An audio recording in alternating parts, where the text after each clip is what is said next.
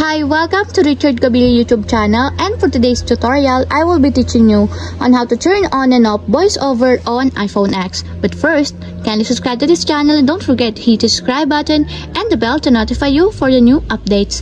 And let's start! Using your iPhone X from your home screen, first go to Settings. Then into Settings, scroll down and find the Accessibility, then tap. Then after that, in the accessibility, go to vision section, then tap the voiceover.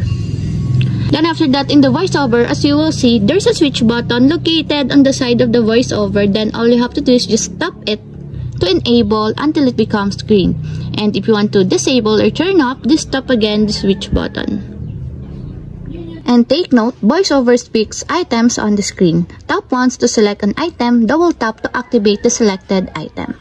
And that's it. We have successfully turned on and off voiceover on iPhone X. If you have a question, can you comment down below, and don't forget to hit the subscribe button and the bell to notify you for the new updates.